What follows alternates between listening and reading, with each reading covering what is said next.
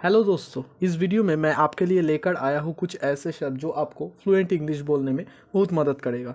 तो welcome everyone in this video. मैं इस वीडियो में कुछ ऐसे शब्द आपको बोलूँगा, उस शब्द को कैसे यूज़ करना है, किस तरह के वाक्य में आप प्रयोग कर सकते हैं, वो सभी के बारे में मैं डिस्कस करूँगा। तो चलिए बिना बातें करते हुए वीडियो को शुरू करते हैं। पहला शब्द है एंग्री। ANGRY angry. आप सिलेबल को यूज कर सकते हैं एंग, ANGNRY एंग्री। एंग्री मीन्स गुस्सा। एंग्री का मतलब होता है गुस्सा।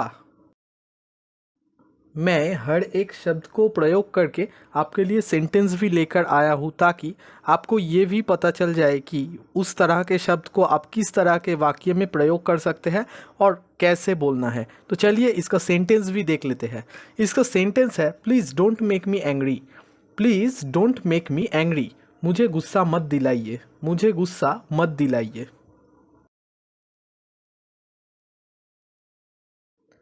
अगला शब्द है adorable. ADORABLE adorable. Adorable RABLE rebel adorable. आप इसी तरह से सिलेबल को यूज़ करके पढ़ना ताकि आपको हमेशा के लिए याद रह जाए इसका स्पेलिंग भी। एडोरेबल का मतलब होता है प्यारी। एडोरेबल मीन्स प्यारी। तो चलिए इसका सेंटेंस भी देख लेते हैं। इसका सेंटेंस है, she is looking very adorable. She is looking very adorable. वो बहुत प्यारी लग रही है, वो बहुत प्यारी लग रही है। तो आप देख सकते हैं यहाँ पर कि मैंने एडोरेबल के नीचे भी अंडरलाइन किया है और प्यारी के नीचे भी अंडरलाइन किया है। मैंने ऐसा किया है ताकि आपको ये अच्छी तरह से नज़र आए कि एडोरेबल का यूज़ मैंने इंग्लिश सेंटेंस में कहाँ पर किया है और हिंदी में कहाँ पर किया है। इसी तरह से पता चलता है कि आप केवल हिंदी को इंग्लिश में ट्रांसलेट करके फ्लुएंट इंग्लिश नहीं बोल सकते। आपको फ्लुएंट इंग्लिश बोलने के लिए बोलने का प्रैक्टिस करना पड़ेगा और आप ये सब प्रैक्टिस कर सकते हैं मेरे इस चैनल में। तो अगले शब्द आने से पहले मैं और एक बात आपको बता देना चाहता हूँ कि अगर आप इस चैनल को सपोर्ट करना चाहते हैं, इस चैनल का प्रेजेंटेशन आपको अच्छा लगता है, तो इस चैनल को आप सब्सक्राइब कर सकते हैं और बेल बटन को ऑन कर देना ताकि इस चैनल में मैं जो भी नए वीडियो अपलोड कर रहा हूँ वो सभी का नोटिफिकेशन आपको मिलते रहे। तो चलिए अगले शब्द पर चलते हैं। अगला शब्द है anxious. ANXIOUS anxious. Anxious means चिंतित। एंग्शियस का मतलब होता है चिंतित। चलिए इसका सेंटेंस भी देख लेते हैं। इसका सेंटेंस है, she is looking very anxious. She is looking very anxious. वो बहुत चिंतित दिख रही है, वो बहुत चिंतित दिख रही है। आप यहाँ पर भी देख सकते हैं कि मैंने एंग्शियस के नीचे भी अंडरलाइन किया और चिंतित के नीचे भी अंडरलाइन किया। तो चलिए अगले शब्द पर चलते हैं। अगला शब्द है attractive. ATTRAC attractive, TIVE टिव, attractive. Attractive means आकर्षक। एट्रैक्टिव का मतलब होता है आकर्षक। इसका सेंटेंस भी देख लेते हैं।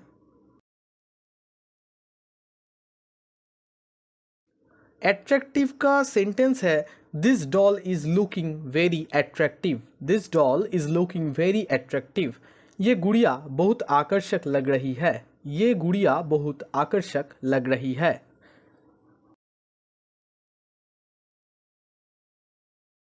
अगला शब्द है अलर्ट। अगला शब्द है alert. ALERT alert. Alert means सतर्क। अलर्ट का मतलब होता है सतर्क। तो चलिए इसका सेंटेंस भी एक बार देख लेते हैं। अलर्ट शब्दों को यूज़ करके मैंने जो सेंटेंस आपके लिए लेकर आया हूँ वो है, be alert while talking. Be alert while talking. बात करते समय सतर्क रहे। बात करते समय सतर्क रहे। तो चलिए अगले शब्द भी देख लेते हैं। अगला शब्द है कम। CALM कम।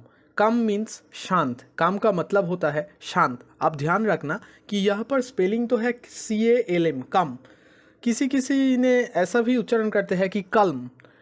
आप हमेशा याद रखना कि यहाँ पर एल का उच्चारण साइलेंट होता है। एल का उच्चारण हम नहीं करते। हम उच्चारण करते हैं कम, लेकिन लिखने समय हम लिखते हैं CALM, कम। कम मीन्स शांत। इसका सेंटेंस भी चलिए देख लेते हैं। दोस्तों इसका सेंटेंस है after the storm everything became calm. After the storm everything became calm. तूफान के बाद सब कुछ शांत हो गया। तूफान के बाद सब कुछ शांत हो गया। आप यहाँ पर देख सकते हैं स्टॉर्म का मीनिंग है तूफान। स्टॉर्म का मतलब होता है तूफान और काम का मतलब होता है शांत, जहाँ पर मैंने अंडरलाइन भी किया है कि काम के नीचे भी अंडरलाइन है और शांत के नीचे भी अंडरलाइन है। चलिए अगले शब्द पर चलते हैं।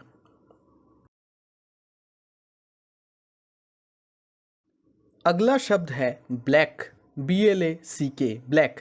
ये बहुत ही सहज एक मीनिंग है, तो चलिए इसका भी सेंटेंस देख लेते हैं। ब्लैक का मतलब होता है काला।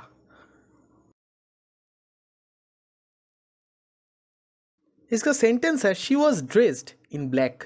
She was dressed in black. उसने काला कपड़े पहने थे। उसने काला कपड़े पहने थे। यहाँ पर भी ब्लैक के नीचे अंडरलाइन है और काले के नीचे भी अंडरलाइन है। अगला शब्द है beautiful, BEAU, beautiful, TIFUL, beautiful. Beautiful का मतलब होता है सुंदर। ब्यूटीफुल मीन्स सुंदर। दोस्त ये शब्द बहुत ही सहज शब्द है, लेकिन आप हमेशा इसको यूज़ कर सकते हैं। ये बहुत ही यूज़फुल शब्द होता है। तो चलिए इसका सेंटेंस भी देख लेते हैं। इसका सेंटेंस है she was looking very beautiful. वो बहुत सुंदर लग रही थी। She was looking very beautiful. वो बहुत सुंदर लग रही थी। अगला शब्द है बेटर। अगला शब्द है बेटर। बेटर का स्पेलिंग होता है BETTER। यहाँ पर डबल टी होता है, अब ध्यान रखना ही यहाँ पर। और बेटर का मीनिंग होता है बेहतर। आप जानते हैं कि गुड का मीनिंग होता है अच्छा। GOOD, good. गुड का मीनिंग होता है अच्छा।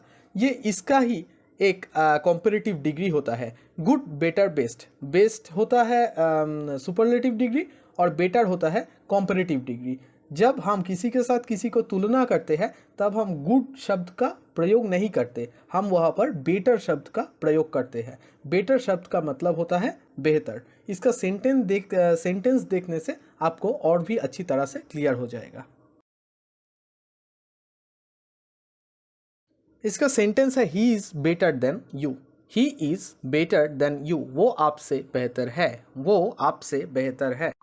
आप यहाँ पर देख सकते हैं कि आपको किसी और के साथ मैं यहाँ पर कंपेयर कर रहा हूँ या फिर कंपैरिजन कर रहा हूँ, इसीलिए गुड का कॉम्परेटिव डिग्री का वर्ड बेटर यहाँ पर यूज़ होता है। तो चलिए अगले शब्द चलते हैं। अगला शब्द और आज का वीडियो का लास्ट अर्थात अंतिम शब्द है charming, CHARMING, charming. CHARMING, Ming, charming. Charming means आकर्षक। चार्मिंग का मीनिंग होता है आकर्षक। तो चलिए इसका सेंटेंस भी एक देख लेते हैं।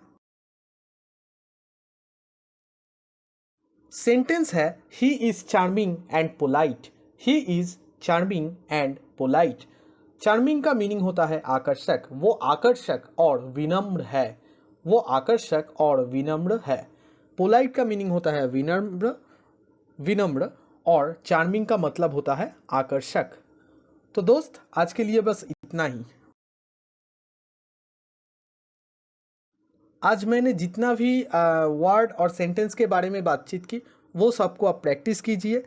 हो सकता है तो 2 बार वीडियो को देखिए, वीडियो के साथ साथ उच्चारण कीजिए, प्रैक्टिस कीजिए। क्योंकि अगर आप सच में फ्लुएंट इंग्लिश बोलना चाहते हैं, मगर मैं बोलना चाहता हूँ कि अगर आप इंग्लिश बोलना चाहते हैं तो इंग्लिश बोलने के लिए आपको इंग्लिश बोलने का प्रैक्टिस करना पड़ेगा। लिखने की प्रैक्टिस नहीं, आपको बोलने की प्रैक्टिस बहुत ही ज़रूरी होता है। तो इस वीडियो के हर एक वर्ड और सेंटेंस के साथ साथ आप भी उसका उच्चारण कीजिए और इंग्लिश पढ़ने में बढ़ते रहिए, इंग्लिश सीखते रहिए। तब तक के लिए गुड बाय। मिलते हैं अगले वीडियो पर। तब तक इंग्लिश सीखते रहिए, स्वस्थ रहिए। Thank you.